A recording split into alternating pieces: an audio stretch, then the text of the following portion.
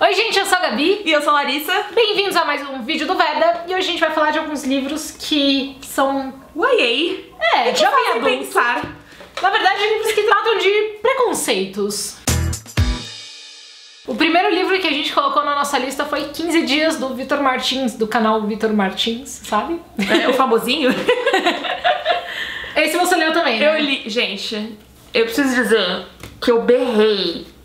Quando eu digo que eu berrei, eu não tô falando assim em gritos silenciosos, né, em dormir. Não, eu tô falando de não. Eu tô falando de estar sentada com a sua família à sua volta e você ficar... Porque eu sou esse tipo de pessoa. Ah, eu também. Eu dei muitos gritos com esse livro. Ele é muito maravilhoso. E é engraçado que ele tem um combo, né? Porque a gente fala tanto de pessoas gordas quanto de pessoas gays. Porque o nosso protagonista, que é o Felipe. É o Felipe. Eu sempre confundo o Felipe com o Caio. Eu também. É o Felipe e Caio, eles são o chip e aí é uma entidade. Exato. Então o Felipe, além de ser gay, ele também é gordo. E essa é a grande discussão, na verdade, não é sobre a sexualidade dele, que é uma coisa que ele já tá, assim, razoavelmente bem resolvido, mas em como que ele convive sendo uma pessoa gorda e se aproximando de outras pessoas e com o bullying que ele sofre na escola e tal. Então foi um livro, assim... maravilhoso. Ah, eu adorei o livro também, ele é muito fofo. E engraçado. E muito realista. Que é, tipo, realista principalmente com a nossa realidade brasileira, assim. Porque eu li poucos livros com temática LGBT e todos os que eu tinha lido antes de 15 Dias, todos eram americanos. Então pegar ele e ter essas referências que são muito made in Brasil, sabe? Parecia que eu tava lendo a história de um amigo meu. Um outro livro que também debate questões de sexualidade, que a gente não tem aqui, é o Todo Dia, do David Levitan. Capinha vai aparecer em algum lugar aqui. Esse livro conta a história de um personagem que não tem gênero, que ele é uma entidade e que acorda todos os dias num corpo diferente. Cara, esse livro me fez pensar muito sobre essa questão de você se apaixonar por uma pessoa e não por ela ser homem ou mulher, sabe? E é uma coisa que vai sendo discutida a partir do momento em que esse personagem que não tem nome, né, que é o A, se apaixona pela Rhiannon e ela vai tendo que redescobrir ele em corpos diferentes, né? Às vezes num cara magro, às vezes num cara gordo, às vezes num cara asiático, às vezes numa menina, às vezes numa pessoa que não se define, né? Que é não binário. Foi um livro, assim, que eu não tava dando nada por ele, porque eu achei a premissa legal, mas assim, eu não entendi pra onde aquilo ia me levar. E quando terminou, eu tava, caraca, o amor é lindo, sabe? De bônus, assim, um outro livro que discute essa coisa também de você se apaixonar por uma pessoa independente do gênero é o último Magnus Chase, do Rick Riordan. Porque tem uma pessoa uma pessoa que tem os dois gêneros, né? Que é gênero fluido. Gênero fluido, e que é a personagem Alex, e é bem interessante a forma como o personagem principal lida com isso, e eu achei, tipo, muito foda. Agora eu fico com vontade também de ler isso todo dia, parece bom. Agora o combo pra vocês de Becky Albertalli com Simon versus a Gina Homo Sapiens, que agora chama Love Simon, mas eu tenho a edição antiga, e os 27 Crushes de Molly. Os dois foram lançados aqui pela Intrínseca, a tradutora é a maravilhosa Regiane Winarsky. E esses livrinhos são muito fofos. Esse aqui lida com o Simon, ele é gay e ele não contou isso pra ninguém. Vocês devem estar mais conhecendo essa história porque ele saiu no cinema e tal. É um filme incrível. E é bem legal porque aqui ele trata como... O Simon já, tipo, tá ok, mas ele tem que contar pra família e pros amigos. E é bem interessante a forma como isso acontece, como as pessoas da escola lidam com isso. Tem um outro personagem gay na escola e é um livro lindo, assim, uma sensibilidade absurda. É bom porque a Beck trabalhou com crianças que são LGBT ou com disforia de gênero por muitos anos, com adolescentes, então ela sabe do que ela tá falando. Ela tem uma propriedade pra falar que poucos autores têm. E aqui, no 27 Crushes de Molly, ela lida com a Molly, que é uma personagem gorda. A irmã da Molly, gêmea, não é gorda, é lésbica, e elas têm duas mães. Então, assim, a questão aqui da sexualidade nem é um debate, sabe? É naturalizada. Tá ali já. Tá ali e você, tipo, tá bom, ok, vamos em frente. E a questão mesmo é como a Molly lida com o fato dela ser gorda e ela não ter coragem de falar com todos os crushes que ela tem na vida dela. A gente também selecionou aqui O Ódio Que Você Semeia, que eu quase bati na live porque ela ainda não leu. Desculpa! É da Andy Thomas, lançado aqui ano passado, se não me engano, pela Galera Record, com tradução também da Regiane Winarsky, porque a Regiane adora traduzir uns YA aí. E pelo visto traduz todos os melhores. Sim! E aqui a gente tem uma personagem negra que nos primeiros capítulos ela vê o melhor amigo dela ser morto por policiais. E ao longo do livro a gente vai vendo como a mídia transforma o policial na vítima e como transforma um amigo dela num traficante que tava apontando uma arma pra um policial e por isso foi morto, e não é nada disso.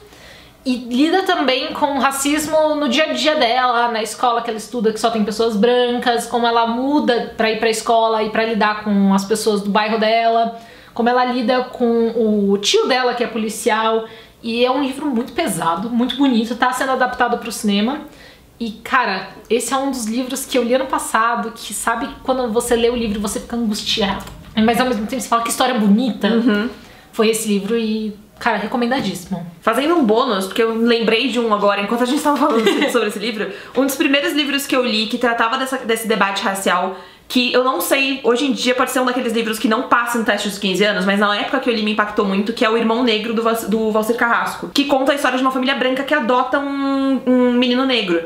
E da inserção dessa criança dentro da família e da família aprendendo a lidar com todas as questões de racismo que você não pensa se você não convive com isso diretamente, né? Na época foi uma coisa que me impactou muito, porque eu nunca tinha pensado sobre isso, eu era muito nova quando eu li, e também porque eu tenho uma irmã adotiva, então você pensar sobre todas as questões de adoção, além das próprias questões raciais, foi um livro que mexeu muito comigo, que me ensinou bastante coisa e me ensinou a olhar mais pro outro também. Então fica uma recomendação aí. Eu espero que ele seja realmente bom, que não seja só a minha memória de 12 anos de idade desse livro. E por último, eu coloquei aqui na lista um livro de uma pessoa, não sei se vocês conhecem, uma tal de Larissa Siriani. Eu não paguei esse publi. Você tá até aqui, né? Você falou, o publi veio fazer. Isso. Ela escreveu Amor Plus Size. E, gente, se vocês querem um livro que trata dessa questão de uma protagonista gorda e como ela aprende a lidar com isso, Amor Plus Size é o livro brasileiro que você tem pra ler, tá? Não sei porque eu não li muitos gringos, mas esse é o must have brasileiro. Dizem que é muito bom. Sou suspeita. Mas, Lari, então fala um pouco do livro, vai, você que escreveu. Então vai, já que a gente tá falando um pouquinho sobre cada uma das histórias, Amor Plus Size conta a história da Maitê, que tem 17 anos, é gorda, não lida bem com isso, muito obrigada, a vida dela é um desastre, um inferno, porque todas as outras pessoas insistem que ser gordo é errado ou inadequado de alguma forma. E é basicamente a história dela se descobrindo enquanto uma pessoa bonita, enquanto uma pessoa válida, enquanto, enfim, né? Um ser humano. Um ser humano, apesar do peso dela. Então não tem aquela coisa bonita do patinho feio, de você precisar se descobrir aos olhos de outra pessoa. Ela se descobre foda do jeito que ela é, porque ela sempre foi assim. Enfim, né, tem várias coisas ali no meio. Não, tem várias discussões interessantes que você traz além dessa, né, da gordofobia. E, nossa, é maravilhoso, gente. A Lari tá de parabéns. Parabéns pra mim. Bom, gente, essas são as nossas recomendações. Claro, a gente na verdade fez uma lista enorme, que tinha 20 livros. Tanto que a gente precisou dividir, o quê? 2 vídeos. Um aqui no nosso canal e um no canal da Lari. Mas, assim, a gente sabe que tem muitos outros livros que tratam de questões raciais, de questões LGBT. Adoraria que vocês deixassem recomendações pra gente nos comentários. A gente leu outros livros que não cabiam nessa lista. Porque senão a gente ia passar o quê? O resto da vida fazendo esse vídeo. Eu acho que esse vídeo veio, né, pra gente, foi uma coisa assim de a gente precisa mostrar que livros jovens com protagonistas adolescentes, que é isso que é o Young Adult, sim, né? Não é livro bobinho, é só uma faixa etária, nem é um gênero, que dão pra você pensar. Sim, e levantar discussões muito interessantes, sem você precisar sair desse gênero, sabe? A gente não precisa ser um livro mega cabeção pra iniciar uma discussão interessante. E eu acho que os autores que estão lidando com os jovens, com os adolescentes, estão fazendo isso de uma forma muito boa, muito sensível e falando do dia a dia deles, né? Sim. E nenhum desses livros aqui é fantasia. Sim, são todos contemporâneos. São todos no nosso momento, no nosso mundo. E eu acho que isso fala bastante de como a gente tá lidando com essas coisas, sim, e com esses adolescentes e tudo mais. Graças a Deus, né? Ainda bem, eu espero de coração que a nossa literatura Young Adult continue trazendo essas discussões pra que esse impacto que a gente sentiu lendo esses livros continue em próximas gerações, assim, que a gente repasse esses pensamentos que a gente teve, esses aprendizados que a gente teve pra outros jovens leitores. A representatividade importa, né? Essa que acho que é a lição que a gente tá aprendendo mais e que a literatura, principalmente a literatura jovem, tem trazido cada vez mais, assim, o peso da representatividade e o quão bem ela faz na nossa formação de caráter, na nossa formação como ser humano. Então é isso, gente. Espero que tenham gostado do vídeo. Deixa aquele joinha, se inscreve no canal, acompanha todos os outros vídeos do Veda e a gente se vê depois, gente. Tchau!